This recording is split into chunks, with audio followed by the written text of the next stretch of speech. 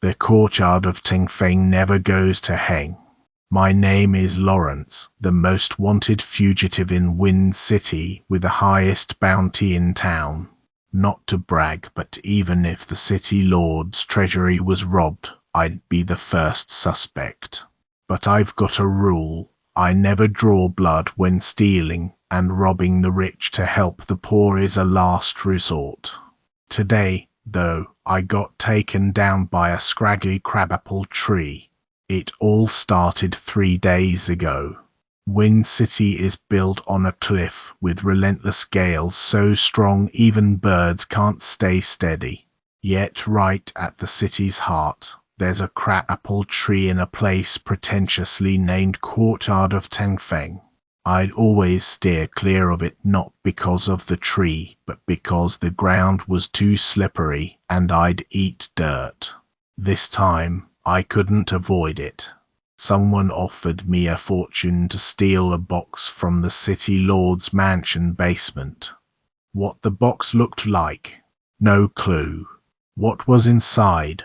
No idea. The bounty? 80 million gold coins. I've got a weakness. I lose my head over money. 80 million enough to buy 300 streets in the slums. I scouted the place that night, scaling walls and picking locks like it was nothing. I walked in through the front door. You heard me right, the front door.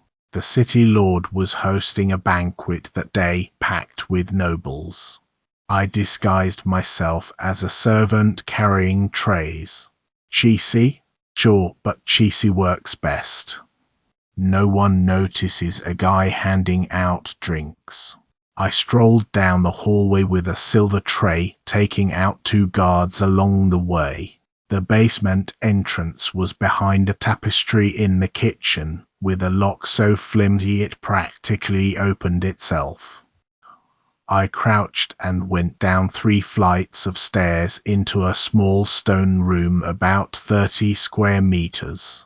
In the center sat a black iron box with no lock, just a brass clasp. I froze. There's no way this isn't a trap, I thought. 80 million gold coins just sitting here. But I'm Lawrence, I take pride in my work.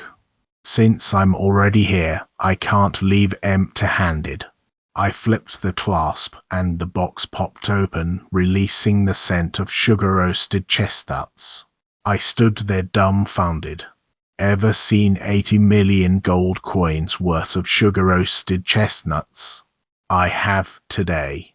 But I didn't have time to eat them because a light laugh echoed behind me. Here to steal my midnight snack? I spun around and saw a man leaning against the wall by the stairs. He looked about 25 or 26, with silver white hair tied back, wearing a black and gold robe. In one hand he held a glass of red wine, in the other a chestnut he was peeling. He wasn't bad looking, but his face wore a grin that made you want to smack him, smug and annoying. My mind raced. Only one person in the city lord's mansion had this kind of leisure, the city lord himself, Heng, current ruler of Wind City. But that didn't add up. The file on Heng said he was 32, severely introverted, barely seen in public. He'd just taken over a month ago after his brother, the old city lord, died. This guy's demeanor was nothing like a social recluse. He looked like a trust fund kid waiting for a show in a VIP lounge. I'm here to fix the pipes, I said without flinching, closing the box and grabbing a teacup from the table next to him like I was inspecting it. Heng popped the peeled chestnut into his mouth, chewed a couple times, and said slowly, "The pipes are in the kitchen. You managed to find your way to the basement, impressive sense of direction." I grinned, set the cup down, and bolted for the stairs. The moment I hit the first step, my feet slipped on something oily on the floor. I stumbled and tumbled down the stairs, landing hard on a barrel that flipped over, drenching me in the scent of crabapple blossoms from the courtyard. Heng walked down with his wine glass, crouched in front of me, and looked me over. "You're Lawrence from the slums? You've got the wrong guy." I lay face down, playing dead. "Stop it. You're the only one in Wind City who's dug 3 secret tunnels under my mansion." He nudged my side with his toe. "Nice tunnels, but too narrow. Dig them wider next time." I had trouble squeezing through. I looked up at him, bewildered. "What kind of twist is this?" "I dug those tunnels 3 years ago out of boredom, planning to loot the place when cash got tight." "How did he know?" "Your tunnel led to the bookcase behind my bedroom. Every night before bed, I'd fill it in. Did that 8 times. Heng sighed, sitting on the steps. "Spill it. Who sent you to steal my box?" Face down, my mind raced. The client was a regular, an old lady calling herself Mrs. Smith. She always wore a black cloak, spoke in a raspy voice, obviously fake. She gave me a 5 million deposit and promised the remaining 75 million later. Seemed like a sweet deal at the time. Now I realized 5 million for my life was about right. "Mrs. Smith," I confessed. Heng raised an eyebrow, downed his wine, and stood up, brushing dust off his robe. "The old city lord's widow. My sister-in-law, Mavis." It clicked. The old city lord, Lu Yun, died suddenly a month ago from some strange illness, gone in 3 days. Heng took over as his brother, and on the surface, everything was calm. But rumors swirled that Heng killed him for power. Mavis, the old lord's wife and queen of Wind City, was the biggest loser in this power game. She hired me to steal a box. What was in it? No idea, but clearly it was deadly. "My dear sister-in-law," Heng said, setting his empty glass on the iron box, "thinks this box has the old lord's will. But it's really just sugar-roasted chestnuts." I stared at him, speechless. He laughed at my expression, patted my cheek, and said cheerfully, "Lawrence, the great thief of the slums, I've admired you for a long time.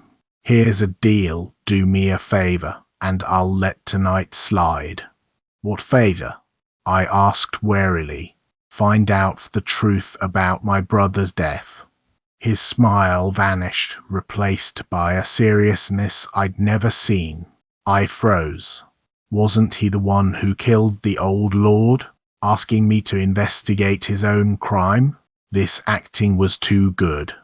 He saw my doubt but didn't explain. Instead, he pulled an envelope from his robe and tossed it in front of me. The night my brother died, he wrote me a letter. He said he'd uncovered the biggest secret of Wind City. Someone wanted him dead, and I had to guard something. The box doesn't have chestnuts. I put those there as a decoy. The real thing is in my head. I picked up the envelope. The paper was yellowed, the handwriting rushed, clearly written under extreme stress. It was full of coded words I could barely make out: basement, tree roots, curse. My brother's letter mentioned a crabapple tree. Heng stood and walked to a corner of the stone room, where a hidden door opened into a staircase leading downward, faint light glowing at the end. I stared at the door, then at Heng. Only one thought crossed my mind: these rich people have a basement bigger than my house. "Follow me." Heng went down first. I hesitated for 3 seconds, then followed not out of curiosity, but because I noticed a silver knife in his other hand, its tip aimed at my backside. This staircase was much deeper than the one I'd come down. After nearly 5 minutes, the temperature rose, and the air reeked of sulfur. Just as I wondered if we were heading to hell, Heng stopped and pushed open an iron door. A hot blast of crabapple-scented air hit me. The sight beyond made me forget how to breathe. The room was a massive underground space, half the size of Wind City. Tall stone pillars held up the ceiling, studded with dozens of glowing orbs that lit the place like daylight. In the center stood a giant crabapple tree, 10 times bigger than the one above. Its roots plunged deep into the earth, its branches covered in silver threads that spread like a web across the walls, some even piercing through to the distance. "This is what my brother wanted me to guard," Heng said, reaching out to touch the nearest silver thread. It chimed like a bell. I stared at the tree, a chill running down my spine, not from its size, but from the way those threads connected to every building in Wind City. "Those threads," my voice trembled.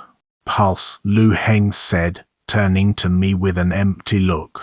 "Wind City is alive. This tree is its heart. Every thread is a blood vessel, and every living person in the city is food for this tree." I thought he was joking until his next move wiped the smile off my face. He pulled out the silver knife, slashed his palm, and let blood drip onto the ground. Instantly, all the silver threads tensed, and the tree let out a low, mournful howl, like a trapped beast. My legs gave out, and I sat down hard. I don't care about power. I became city lord because this tree knows too much. Heng wiped his hand with his sleeve. My brother died because he uncovered the tree's secret. "Trees kill," I stammered. "Not the tree what uses it." Heng looked at me. "Wind City's old tradition. Every new city lord must come here and sign a pact with the tree, trading a drop of blood for the city's safety. But it's a life-for-blood deal. First you lend your life to the tree, then, through those threads, it controls everyone's fate, including the lord's." I took a deep breath. "What does any of this have to do with me? You're from the slums. You're not in the tree's control zone." Heng raised a finger. "The slums sit on iron ore deposits, so the tree's roots can't reach them. It's the only place in Wind City untouched by the tree." It hit me. I wasn't some legendary thief because I was talented. I was just from the slums, where the tree's pulse couldn't reach me. Heng, raised in the city lord's mansion, had been bound by the tree's threads since birth. His interest in me wasn't admiration, it was a living dead man seeing a wild, free soul. "So what do you want me to do?" I asked. "Find someone in the slums." Heng pulled out a portrait of a 7 or 8-year-old boy with golden hair and blue eyes, smiling brightly. "Who's this?" "My brother's son, the rightful heir to Wind City, Alan, Yun's son.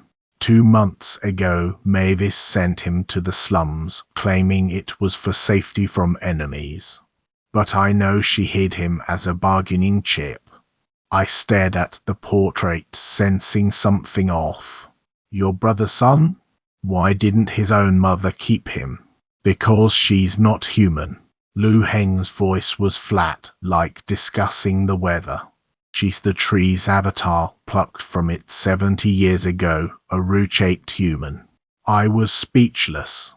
"I'm just a thief. Why am I hearing this? Your sister-in-law is a tree. More precisely, she's a piece of it. After 70 years, she learned to talk." Lu Heng sighed. My brother married her not for beauty, but because the tree needed a medium to control the mansion. She was that medium, but he fell in love with her and tried desperately to break the pact. It cost him his life. And now you want me to find the kid? Bring him back to take over so you and the Tree Queen can have a showdown? Lu Heng laughed bitterly. I want you to find him because I'm dying. He rolled up his sleeve. His arm was covered in fine black lines, like leaf veins spreading from his wrist to his shoulder. The pact's backlash. I've got maybe a month before I go the same way as my brother. The kid carries the old lord's blood. The tree won't kill him. As long as he lives, Wind City has a next lord. The tree won't seek a new host, and Mavis won't fully awaken. So you're saying I bring the kid back and watch you die? Pretty much. He said it so casually, I was fuming. An 80 million gold coin job turned into a save the world dungeon crawl. Who'd believe it? But I didn't refuse. Why? Because Lu Heng pulled something from his pocket and dangled it in front of me, a silver key, intricately shaped, etched with a line, slum's old church basement.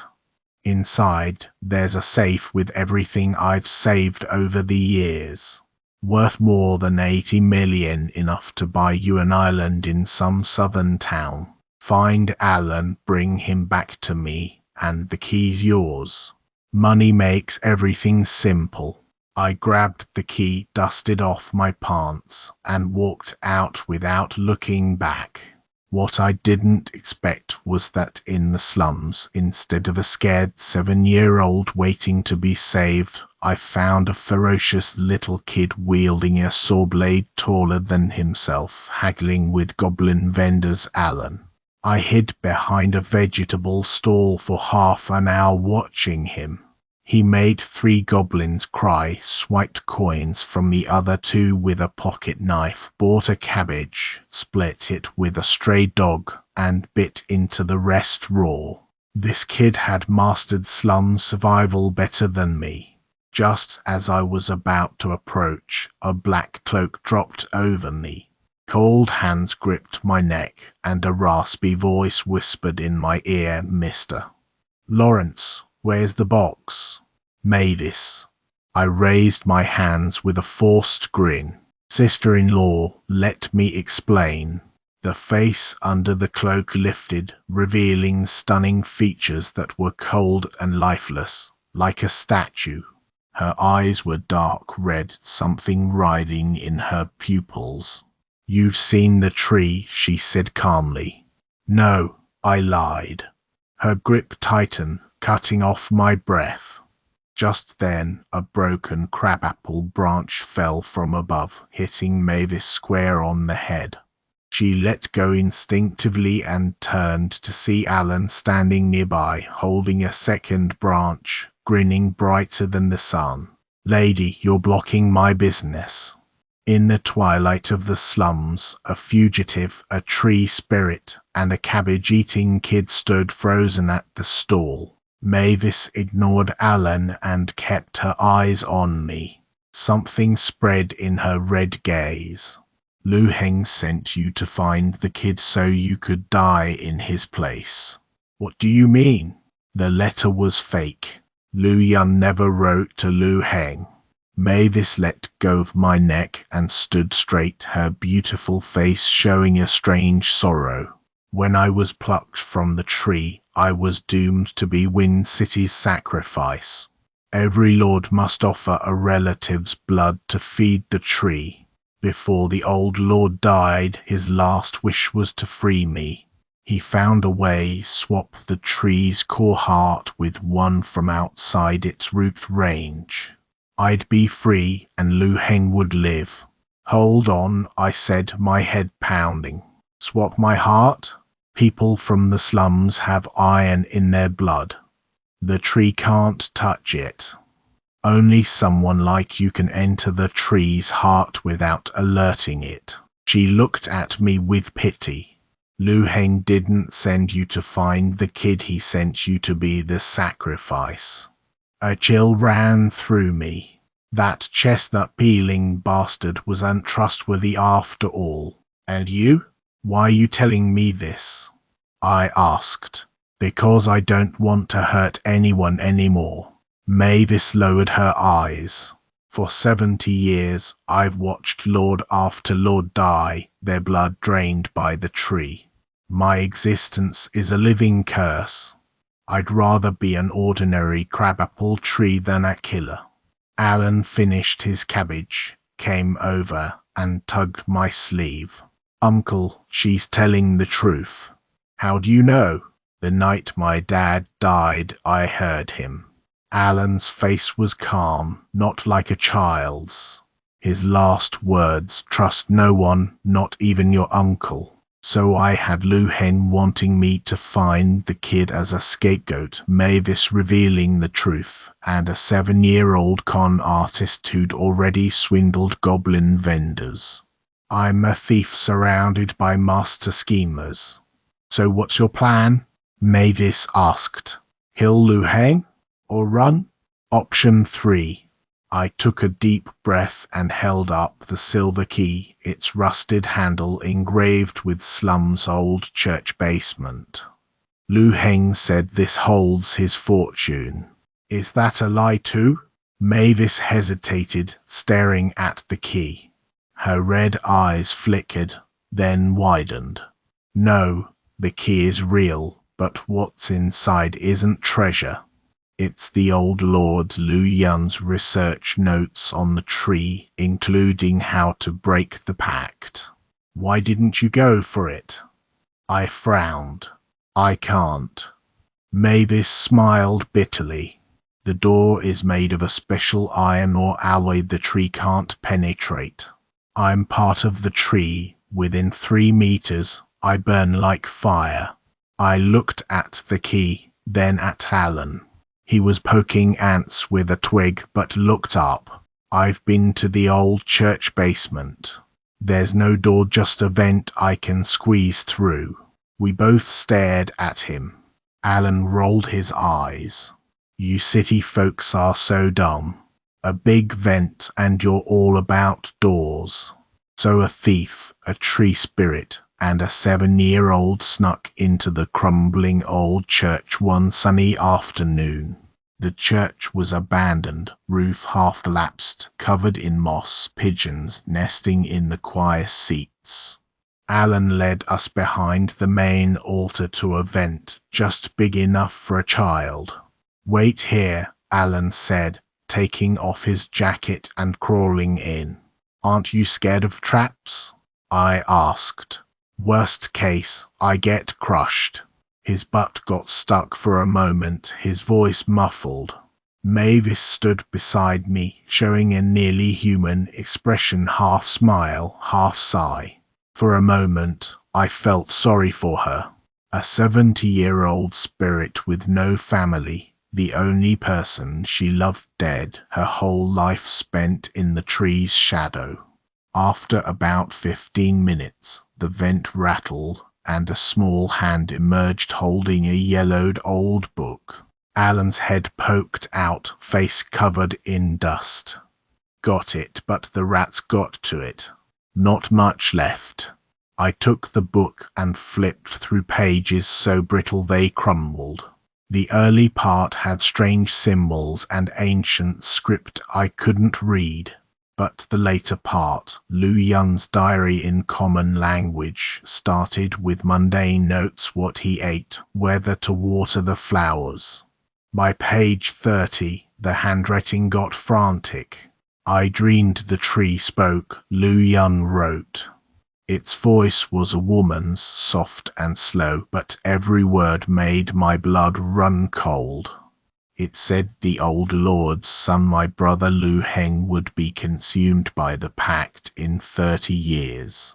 The solution: replace him with someone from the slums. I refused. I tried cutting the roots, but every severed root collapsed a building.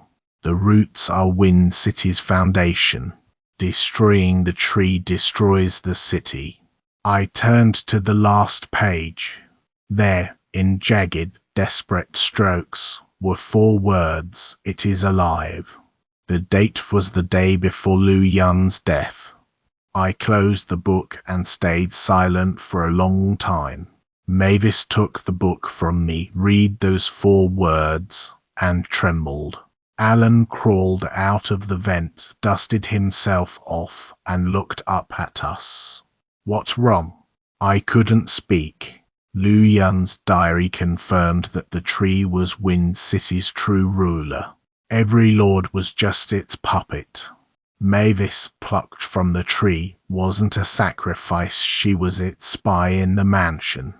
Mavis handed the book back to Alan, looked at me, and for the first time, genuine fear filled her red eyes.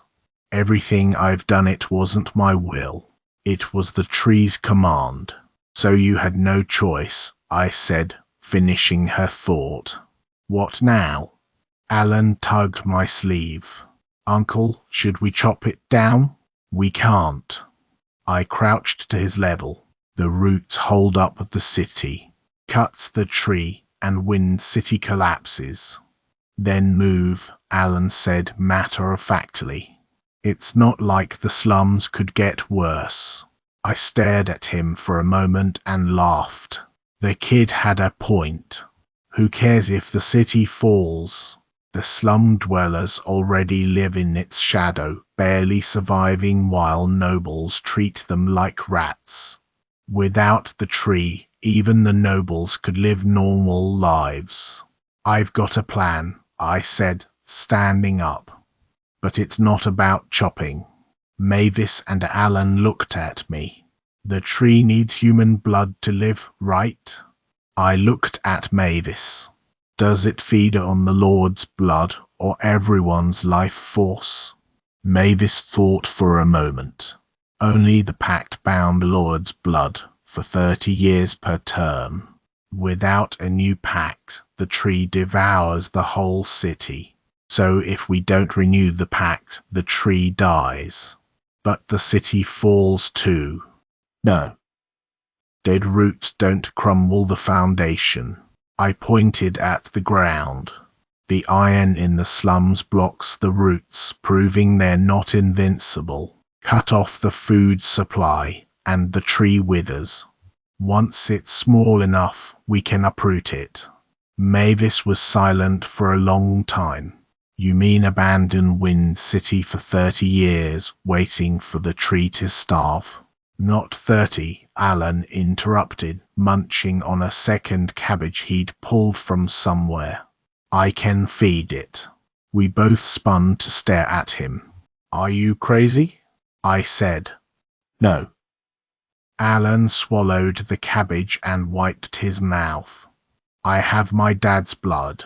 The tree recognizes it. If I give it a little each day, it'll stay fed and won't touch anyone else. Then I'll mix something in." He flashed a sly grin that reminded me of Lu Hen peeling chestnuts. Same face, same look. "I learned a recipe from an old witch at the underground market. There's this powder that puts living things to sleep. I'll feed it for 3 months. When it's full and drowsy, we chop it down." This kid, at 7, was 10 times smarter than his dad. I glanced at Mavis. She hesitated, then nodded slowly. The crazy plan was set.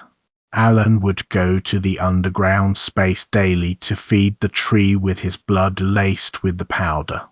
I'd find strong men and tools in the slums to cut the roots. Mavis would go back to the mansion to stall Lu Heng. For the first 2 months, everything went smoothly. Alan went to the basement after school every day, feeding the tree with his doctored blood. The tree grew more sluggish, the silver threads hung limp like dying spider webs. Meanwhile, I gathered 300 strong laborers from the slums, promising 50,000 gold each for a big job, no questions asked, disappear afterward. But on the first day of the third month, things went wrong. Alan didn't come back that morning. I waited at his shack until dark, then until dawn. No sign of him. I rushed to his school. The teacher said a man in a black and gold robe with silver hair had picked him up. Heng. I knew that bastard had a trick up his sleeve. I scaled the mansion wall that night and kicked open Heng's study door. He was sitting at his desk with a tray of sugar-roasted chestnuts, peeling them as if nothing was wrong. Alan sat across from him, looking less like a hostage and more like a kid chatting with his uncle. "You're here," Heng said without looking up. "Give me the kid." My hand was on my knife. "Hold on." Heng handed a peeled chestnut to Alan, who popped it into his mouth, chewed, and nodded. "Uncle's chestnuts are better than my mum's cooking." I was stunned. "He kidnapped you and you're complimenting his cooking?" "Lawrence, I don't want to fight you." Heng stood and walked to the window, pointing at Wind City. "Do you know how many people live here?" 3 million. 3 months ago, when you started, the tree's threads loosened and the whole city's foundation shifted. 3 days ago, a crack appeared on East Street. Without the roots, that building would fall in 3 days. You were spying on us? I didn't need to. Heng turned, his face deadly serious. The tree is my eyes. Every thread connects to my heartbeat. I know everything you've done. I gritted my teeth. I admit I had selfish motives at first, Heng said, sitting down. I lied about you being the sacrifice to test Mavis. I wanted to know whose side she was on. Turns out she chose to work with you. That surprised me. So now I trust you. Heng pulled out a map and spread it on the desk. It showed the underground root system of the tree, dense lines marking every root with red X's in some places. Over 3 months, the sleeping powder has put nearly half the roots to sleep. 1 more month, and the tree will be completely dormant. Then, from one spot, we can tear it out. He pointed to the center of the map, marked with a red circle. This is the eye of the pit, the only physical connection between the tree and the city. Sever this, and they separate.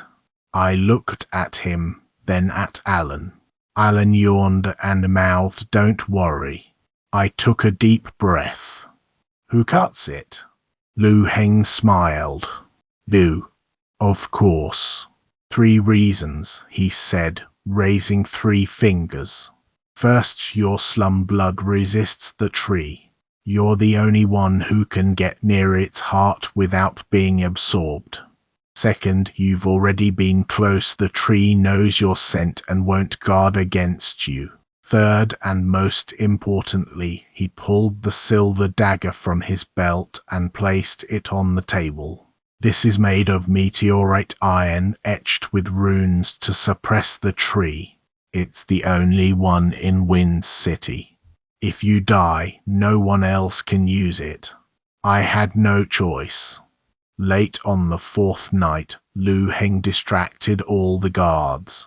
Mavis used her power to quiet the dormant threads.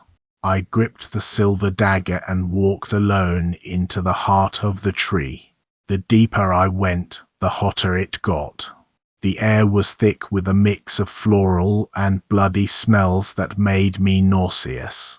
Finally, in a 10-meter-wide cave, I saw the tree's true core. It was a translucent sphere the size of a human head, floating a meter above the ground, with countless fine tendrils extending into the surrounding walls. Something writhed inside it, alive. I gripped the dagger and stepped closer. Just as I raised it, the sphere's surface cracked open, and a pale hand shot out, grabbing my wrist. Then a face emerged from the sphere, Lu Yun's face, pale and gaunt, but with open eyes that stared straight at me. His lips moved, producing a faint sound. "Don't cut." I stumbled back, almost dropping the dagger. "Lu Yun?" He pulled himself out of the sphere, his lower body still connected by countless roots, half man, half tree. He wore the same clothes from the day he died, his body partially wooden but still conscious. "Everything they said is wrong," Lu Yun rasped like dry bark. "It's not the tree controlling Wind City. It's me. When I became Lord, I discovered the secret. Every Lord's soul is absorbed into the tree's heart after death, becoming its core. The tree has no thoughts. All the thinking comes from the Lord's spirits. We're the ones talking and controlling the city." I was stunned. "Why didn't you tell Heng?" Lu Yun smiled bitterly. "Because I was scared. If they knew, they'd destroy the tree heart, and I'd disappear. I'm afraid of death, Lawrence. Even half alive, I want to survive." I looked at him, the silver dagger heavy in my hand. "So you've been controlling Mavis all along?" "Not controlling," he shook his head. "I plucked her from the tree. We share a natural bond. She could feel what I wanted. 3 months ago, she wanted to work with you. That wasn't my doing. The sleeping powder weakened her, giving her her own will. I've been trying to keep her from breaking free." "So everything Heng found out you let him know?" "Yes." Lu Yun's face twisted in pain. "I made him think the tree was the enemy, hoping he'd deal with Mavis. Once she's dead, I can keep living through the tree until Alan grows up to replace me." I looked at this half-human, half-ghost and felt a pang of pity. As Lord, he was adored. In death, he was reduced to the tree's puppet, deceiving his family just to cling to existence. "I won't cut you," I said, putting the dagger away. Relief flickered on his face, but my next words crushed it. "Someone else will." I scattered sleeping powder around the tree's heart and left the cave. 3 hours later, Alan, holding the silver dagger, walked alone into the cave. 30 minutes later, a low rumble echoed. The ground trembled as something writhed in agony. I stood above ground, watching cracks form in East Street's buildings, then seal shut as the roots withered. Mavis stood beside me, tears streaming from her red eyes for the first time. "He's free," she whispered. Heng stood on the mansion balcony, staring toward the slums. The glass in his hand shattered on the floor. 3 days later, the ground stopped shaking.